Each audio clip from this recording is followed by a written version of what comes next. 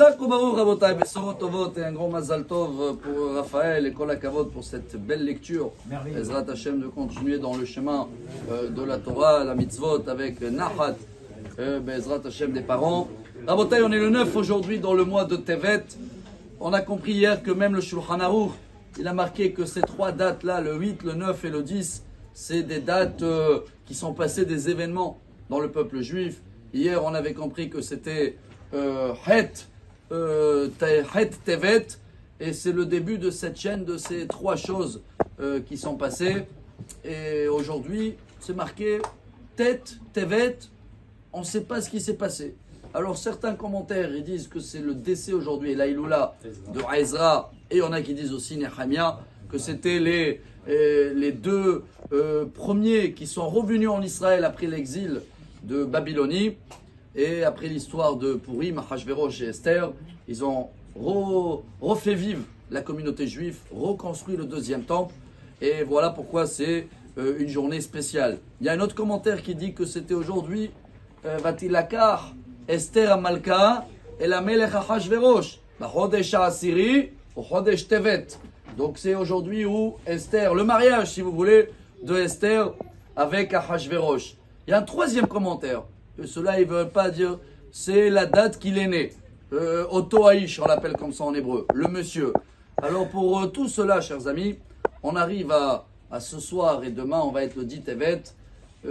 C'est vrai que c'est une journée incroyable. Tous les 17 ans, ça tombe comme cette année, que ça tombe à vendredi.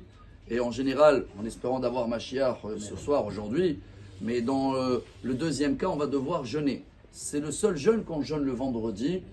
Et même si c'est le début du siège sur Jérusalem, que c'est le début de tous les événements tristes qu'on a eus, et kol halot kashot, comme ça on dit en hébreu, c'est important même pour le bar mitzvah de le savoir, mais pour nous, tous les débuts, ils sont durs. Bon, c'était pas ton cas là, grâce à Dieu, le début, il était très bien dans la prière, mais chaque chose qu'on démarre, en général, il est dur. Et comme c'est le démarrage de tous les événements qui sont liés à la description du temple et à les exils du peuple juif, donc, chers amis, bon, chacun connaît les détails, chacun qui doit jeûner.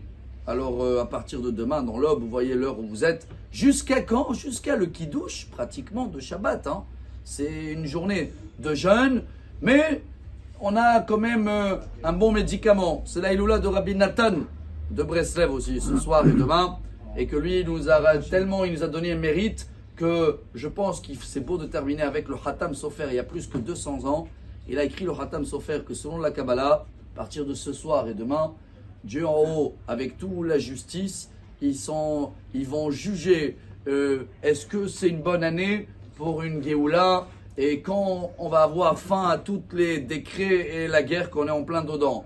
Chaque année, peut-être cette journée-là, c'est une journée, comme ils disent des fois en français, RAS, rien à signaler, on est en plein hiver. Mais là, comme on est en pleine guerre, on a des problèmes, on veut vraiment une délivrance.